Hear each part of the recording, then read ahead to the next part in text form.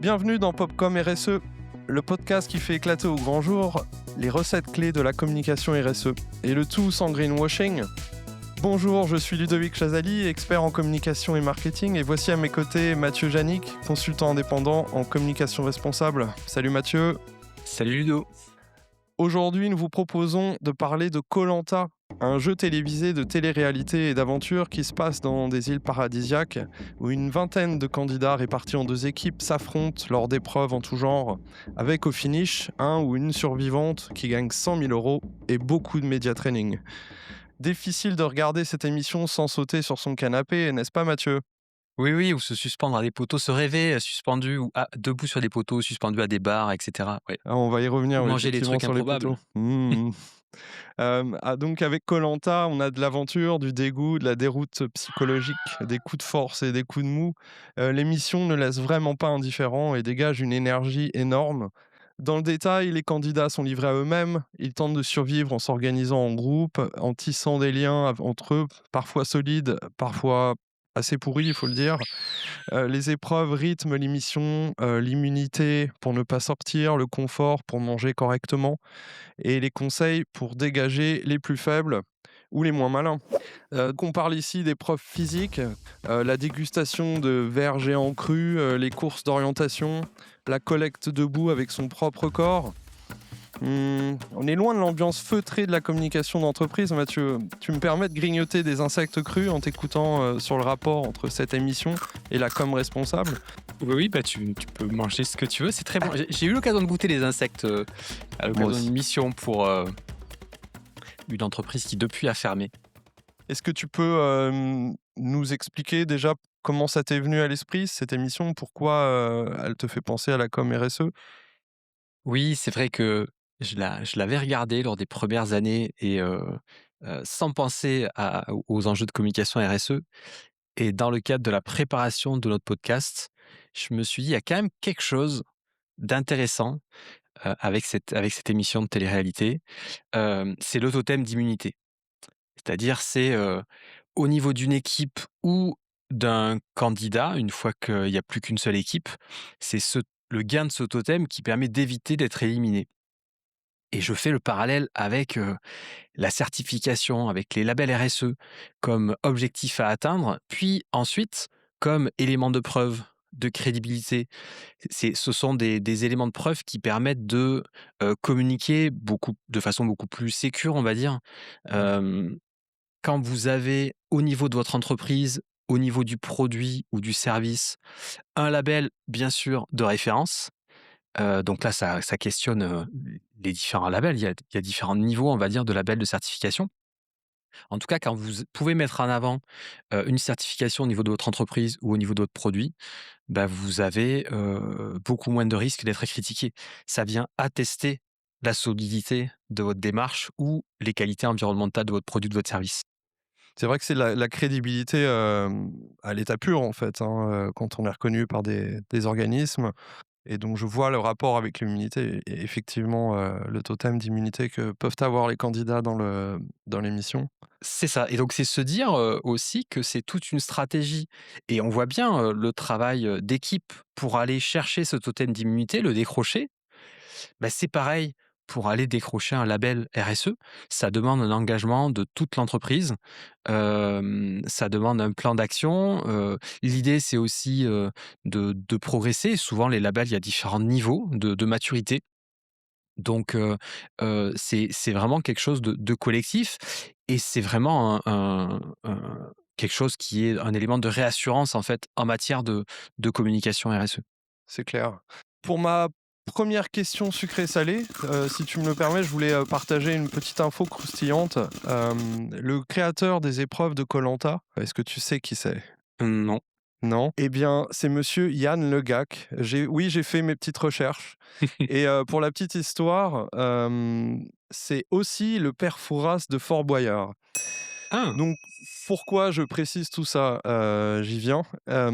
Il a trouvé l'idée, par exemple, de l'épreuve des poteaux, en regardant des pélicans, faire ça dans la nature, se mettre les uns à côté des autres sur des poteaux, au bord de la mer. Il a adoré l'aspect graphique, mais ça me fait quand même penser au grand écart, écologique de cette émission koh où, on nous montre la nature sauvage et magnifique, mais elle est quand même très instrumentalisée afin de la rendre divertissante. Je voulais savoir s'il était possible d'être créatif, extravagant, proche de la nature et humble et responsable à la fois, en com RSE.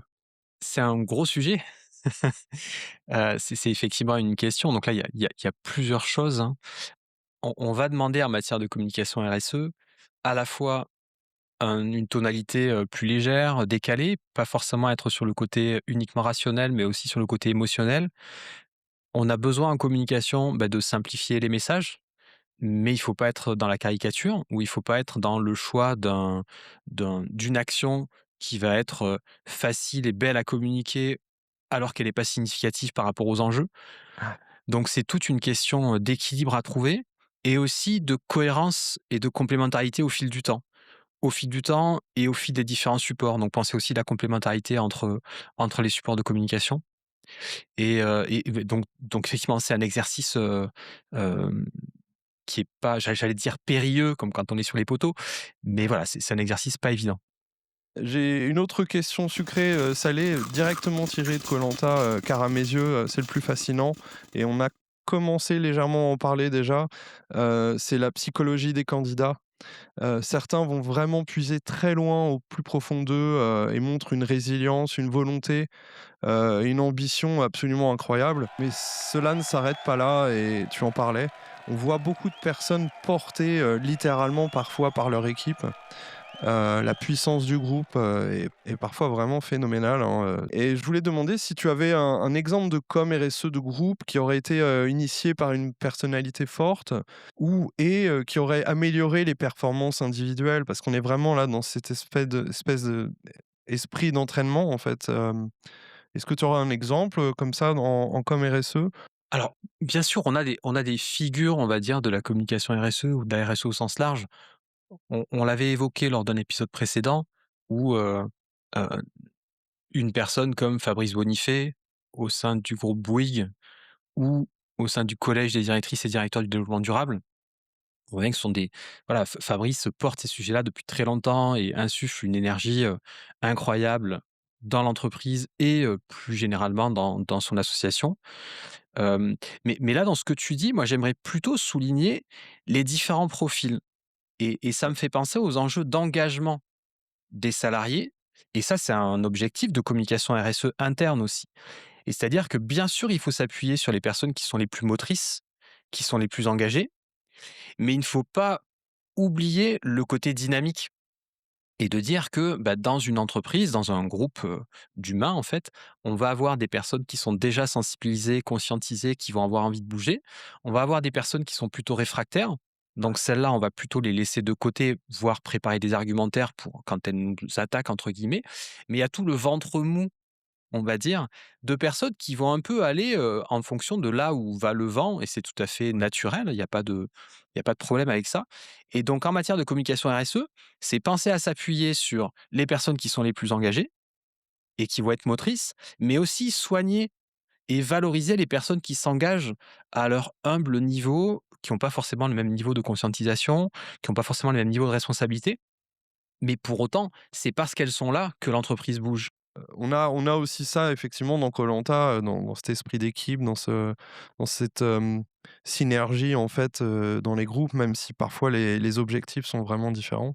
Oui, puis on a aussi les coups bas, les trahisons, les mensonges et ça, il faut reconnaître que ça peut être la même chose dans une organisation ou une entreprise. Exactement, bah, c'est vraiment le lien parfait avec, ma troisième question, salée, et assez simple, hein, finalement. Cette émission, elle ne fait pas forcément la part belle aux personnes humbles et justes, il me semble. Du coup, est-ce que c'est difficile d'en faire la promotion quand on parle de com RSE? Oui, alors je fais le parti pris d'aller chercher un élément qui me paraît pertinent. Hem, c'est comme quand en formation, je présente un cas qui me paraît inspirant de communication, RSE. Je précise que c'est pas parce que je valorise une action de communication que toutes les actions de communication ou que l'ensemble de l'entreprise est entre guillemets «écologique» et parfaite, ce qui n'est pas le cas.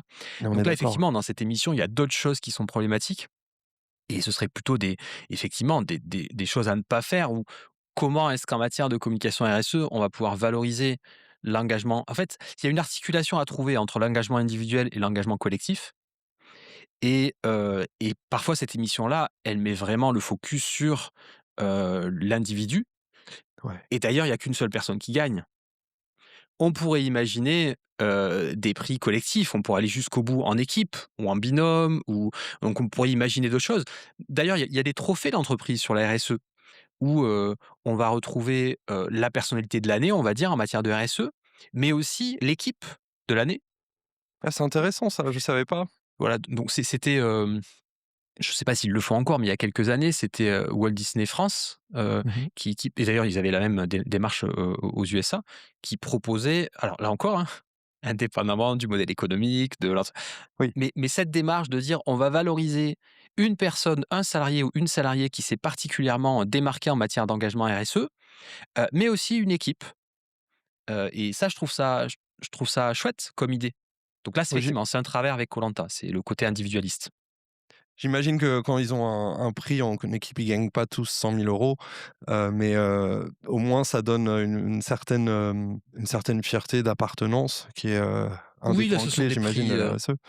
ouais, ce sont des prix internes, donc c'est plutôt de la valorisation. Il y a un événement qui est organisé, ils ont leurs photos dans le journal interne, c'est plutôt ça, hein, c'est voilà. Ouais, Mais c'est dans l'esprit de dire, c'est pas qu'une histoire individuelle, mais c'est aussi un succès, ce sont des succès collectifs et c'est important d'apporter ces 2 niveaux-là et vraiment d'essayer de relier l'engagement individuel avec l'engagement collectif. Une personne toute seule dans une organisation, elle est très vite limitée.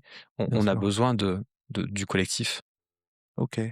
Dernière petite question, je ne peux pas ne pas te demander quelle est ton épreuve favorite, Mathieu? Alors on a déjà parlé de l'épreuve des poteaux, tu pas le droit de la dire et tu n'es pas obligé de la rattacher à la com est responsable, c'est comme tu veux.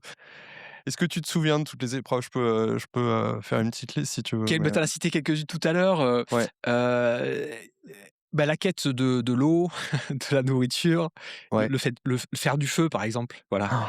Ah, Ça, c'est je me dis: «Ça doit quand même être quelque chose de savoir faire du feu», heu et en termes de justement de compétences utiles, pour l'avenir, en cas de survival en fait, hein, complètement. exactement. Là, je me dis: «Tiens, ça pourrait quand même être utile de savoir faire du feu», ce qui est pas mon cas aujourd'hui. On veut en profiter parce qu'on arrive au terme de cette émission. Si vous avez des commentaires, si vous avez des questions, si vous voulez challenger un petit peu, Mathieu, n'hésitez pas donc, à nous contacter sur les réseaux sociaux, à faire vos commentaires sur cette émission. On vous dit à bientôt. J'espère que vous avez apprécié. Rendez-vous au prochain épisode. Au revoir. Salut Mathieu. Au revoir Ludo.